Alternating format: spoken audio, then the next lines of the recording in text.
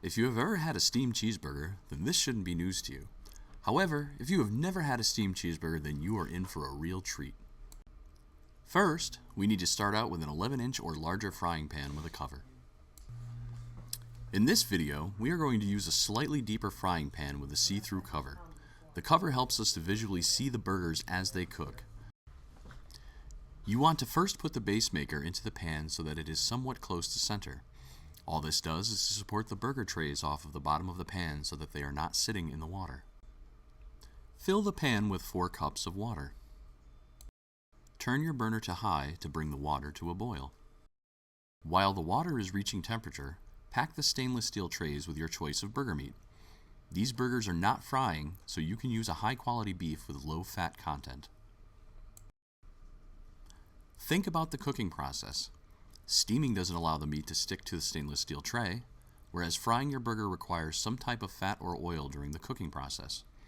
In most cases, we use a slightly less lean cut of beef so that the cooking process creates the oil that keeps it from sticking to the pan.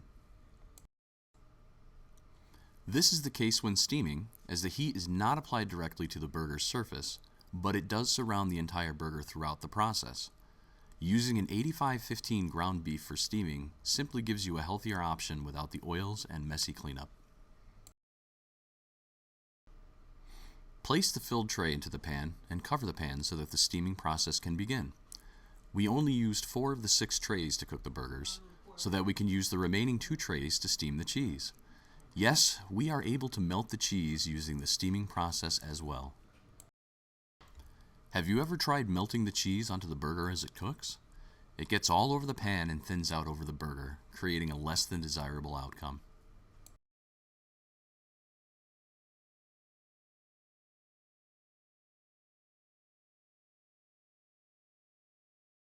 To melt the cheese, take a block of your desired type of cheese and cut it into blocks, then place them into the remaining tins.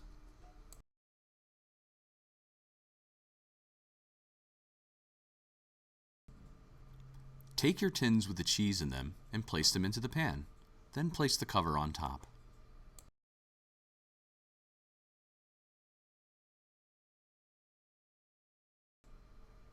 Steaming the cheese keeps everything in the tray, and we can then put every bit of it onto the burger.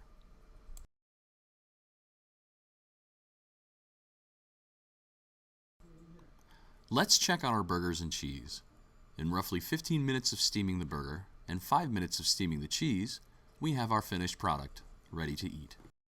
Now we use our spatula to remove the hamburger tray, and then use the spatula again to remove the meat from the tray and place it on the bun. Use your spatula to remove the cheese tray from the pan, and then use the spatula to remove the melted cheese from the tray and smother it on the bun. There you have it, your steamed cheeseburger. Now just add your favorite toppings and you can dig in.